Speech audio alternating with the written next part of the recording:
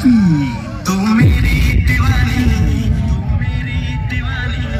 मैं तेरा दीवाना, तू मेरी दीवानी, बस यही है महाराजा की कहानी।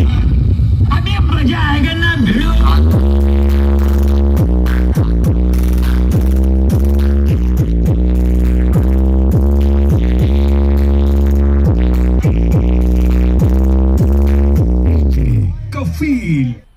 মজা আয়া।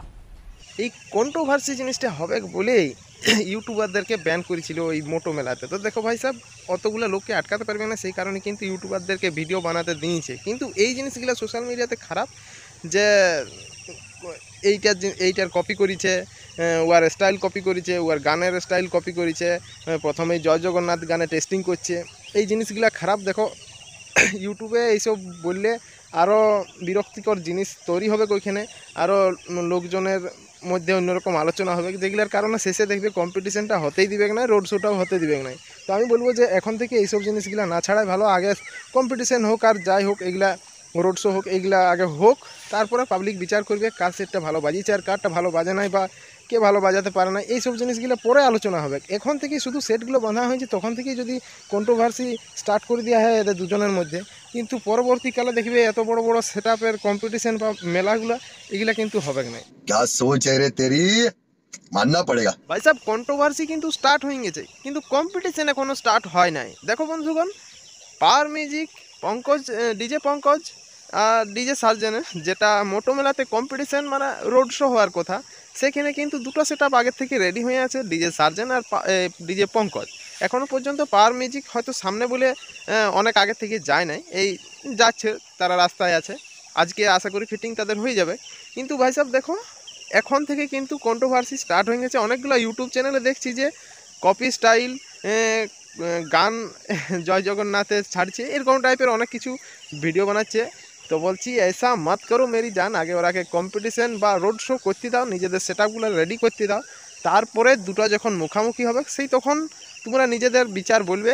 কারণ ওরা তো নিজেরা তো আর কম্পিটিশান করে বলতে পারবে না যে আমি ভালো বাজাচ্ছি, কারণ এটা পুরোটাই পাবলিকের উপরে ডিপেন্ড করবে কে ভালো বাজাচ্ছে বা কারটা ভালো শোনাচ্ছিল, কার বেস ভাইব্রেশন বেশি আর কার কোয়ালিটি বেশি।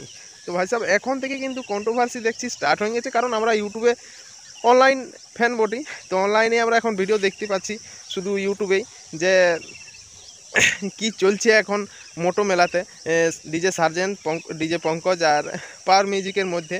তো ওই জিনিসগুলো মাথাটাই খাইয়ে যাচ্ছে যে শুধু কন্ট্রোভার্সির কথাটাই বারবার কেনে আসছে।